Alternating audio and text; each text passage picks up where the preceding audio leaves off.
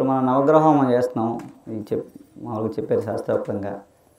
ఇందులో రవికి సూర్యుడికి గోధుమలు, తెల్ల జిల్లేడు. ఓకే, తెల్ల జిల్లేడు ఎర్రటి వస్త్రం, ఎర్రటి ఏవైనా సరే ఎరుపు రంగు, రక్తం, ఎముకలు, మెదడు, జీర్ణాశయం, అలాగే వ్యాధి నిరోధశక్తి, వీటన్నిటికీ సూర్యుడు కారకుడు అనమాట. అంటే ఆ గ్రహం వీక్ వల్ల మేము ఇంకొక చిన్న లాజిక్ చెప్తాను.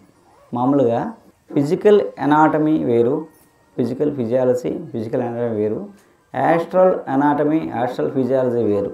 సో మనకి ఒక చిన్న లెక్క చెప్తాను చూడండి. 7 గ్రహాలు, 7 రంగులు, 7 చక్రాలు, 7 గ్లాండ్స్, 7 గ్లాండ్స్ అంటే గ్రంథులు, సప్తర్షులు అనుకుందాం. అయితే 7 గ్రహాలు అన్నాం కదా, మన జాతకంలో ఏ గ్రహం వీక్ అయితే ఆ కలర్ వీక్ అవుతుంది అనమాట. ఆ కలర్ వీక్ అయితే ఆ చక్ర వీక్ అవుతుందండి, ఆ చక్ర వీక్ అయితే గ్లాండ్ వీక్ అవుతుందండి, గ్లాండ్ వీక్ అయితే జబ్బు వస్తుంది. అప్పుడు గ్రహాన్ని సెట్ చేయాలి మనం.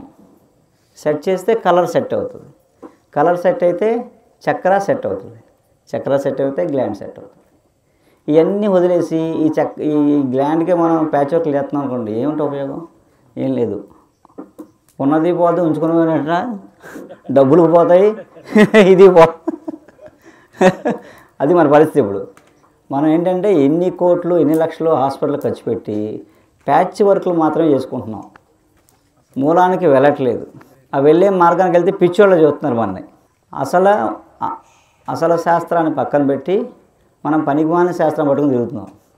అందుకే జ్వరం వచ్చినా సరే లక్షలు ఖర్చు పెడుతున్నాం. జ్వరంతో పోవట్లేదు, జ్వరం మాట దేవుడే ఎరుగు, ఇంకో జబ్బు తగిలించి బయటకు వస్తున్నాం. ఇప్పుడు జరుగుతున్న వాస్తవం అది. సో ఇప్పుడు ఏంటంటే రవి చెప్పాం కదా, తెల్ల జిల్లేడు గురించి మీకు ఒక అద్భుతమైన చెప్తా. తెల్ల జిల్లేడు తాకిన, నెత్తి మీద పెట్టుకుని స్నానం చేసిన, లేదా చెట్టు పక్క నుంచి వెళ్ళినా మీకు ఈ గ్రహదోషం పోద్ది. మెడికల్గా కూడా తెల్ల జిల్లేడు ఏం చెప్తామంటే, మనకి పాదరసం ఉంది కదా, లోహాల్లో పాదరసం ఎలాంటిదో, మొక్కల్లో పాదరసం లాంటి మొక్క అని చెప్తాం. వెజిటబుల్ మెర్క్యూరీ అని పిలుస్తారు దాన్ని. అంటే మొక్కల్లో పాదరసం లాంటి మొక్క, ఎందుకంటే అది మనం ఏ రూపాన్ని తీసుకున్నా బాడీలోకి వెళ్ళిపోయి మూలకి వెళ్ళిపోయి ప్రతి సెల్ని అది యాక్టివేట్ చేసేస్తామట అండి. అంత పవర్ఫుల్ ఈ జిల్లేడు. మనం భోగి రోజు లేదా రథసప్తమి రోజు జిల్లేడాకులో ప్రసాదం కానీ, జిల్లేడాకు నెత్తిమి పెట్టుకుని రేగిపండు నెత్తిమి పెట్టుకుని స్నానం చేస్తారు. ఎందుకంటున్నారు? ఆ వేడి నీళ్ళు తగలగానే అది కరిగి ఒళ్ళంతా పడుతుంది కదా. మనకి మెడికల్గా ఏంటంటే ఈ చర్మ వ్యాధులు అన్నీ పోతాయి అన్నమాట. ఈ బొల్లి అనేది చాలా డీప్ డిసీజ్, అంటే కర్మలో వచ్చేది బొల్లి. ఖచ్చితంగా మామూలుగా అదేమి నార్మల్ డిసీజ్ కాదు. బొల్లి అనేది పూర్వజన్మ కర్మలో వచ్చిన జబ్బు. అది పోవాలంటే జిల్లేడు దానికి పరిహారం.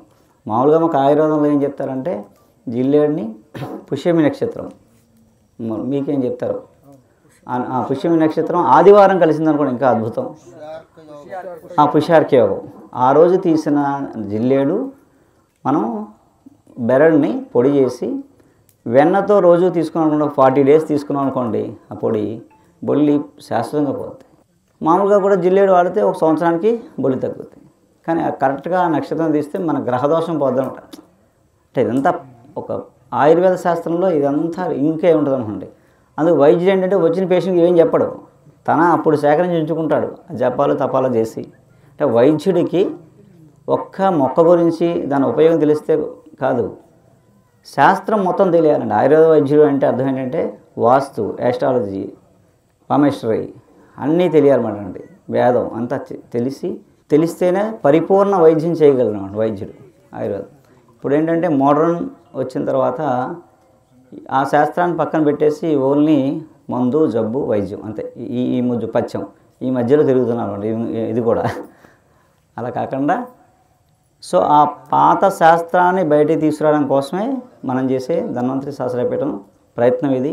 ఈ యాగానికి ఇంత అలా చేస్తున్నామంటే కారణం ఏంటంటే ఇంత శాస్త్రోక్తంగా చేస్తున్నామంటే కారణం ఏంటంటే ఇది తర్వాత తరానికి చెప్పడం కోసం. మనం చేస్తే కొంతమంది ఆచరిస్తారు. మనం 10% ఇస్తే నెక్స్ట్ తరం 100% అందుకోవడానికి ప్రయత్నం చేస్తారు. అందుకేంటంటే ఇలా ఆ జిల్లేడు అంత అద్భుతంగా పనిచేస్తుంది. ఇంకా అద్భుతం ఏంటంటే సోల అంటే నొప్పి. అందులోని ఆడవారికి మెన్సస్ పెయిన్ దారుణంగా ఉంటుంది. మామూలుగా ఎన్ని మందులు వేసినా తగ్గదు, వాంతులు అయిపోతుంటాయి విపరీతంగా. వాళ్ళకి బెల్లం ఇంత వండ చేసి, కుంకుడుకాయ ఇంత వండ బెల్లం ఉండలు చేసి 9 వండలు చేసి 9కి కన్నాలు పెట్టి జిల్లేడు పాలు ఒక్కొక్క దాంట్లో ఒక చుక్క ఆకలి అరిస్తే పాలు వస్తాయి. చుక్కేసి రౌండ్ గోళీ చేసేయన్నమాట. అంటే బెల్లం పైన క్యాప్సిల్, ఆ పాలు లోపల ఉంటాయన్నమాట. ఈ బెల్లం ఏం చేస్తాయంటే ఈ పాలుని గర్భాశయం దాకా తీసుకెళ్ళి అక్కడ పనిచేస్తారన్నమాట. అంటే అనుపానం ఎప్పుడు కూడా ఆయుర్వేదంలో అనుపానం ఏం చేస్తారంటే ఆ మందు శరీరంలో ఎక్కడ పని చేయాలో అక్కడ తీసుకెళ్ళి పని చేయిస్తామండి. మామూలుగా ఇంగ్లీష్ మందులు ఏమన్నాయనుకోండి మొత్తం బాడీ అంతా చెడగొట్టి అడగలు పని చేస్తాయన్నమాట. ఈ ఆయుర్వేదం ఏంటంటే అనుపానం ఎందుకంటే కరెక్ట్గా వెళ్ళి ఆ ప్రదేశంలో పనిచేసేలా తీసుకెళ్తాం వెహికల్. అలా ఏంటంటే 9 వండలు చేసి మెన్సెస్ అయినప్పుడు పొద్దుట, మధ్యాహ్నం, సాయంత్రం ఫస్ట్ రోజు, రెండో రోజు 3, మూడో రోజు 3, 9 మాత్రలు వేసుకుంటే అప్పుడు తగ్గదు. నెక్స్ట్ మంత్ వచ్చినప్పుడు ఇప్పుడు వచ్చే పెయిన్ సగం వస్తామన్నమాట, సగం తగ్గిపోద్ది. 2వ నెలలో మళ్ళీ వేసుకున్నారనుకోండి ఇంకా పావంతే ఉంటుంది. 3వ నెలలో వేసారనుకోండి ఇంకా రాదు, లైఫ్లో రాదు. అంత అద్భుతంగా పనిచేస్తాం జిల్లేడు. అలా ఒక జిల్లేడుతో 100 రకాల జబ్బులు తగ్గించవచ్చు. ఓకే, నమస్కారం.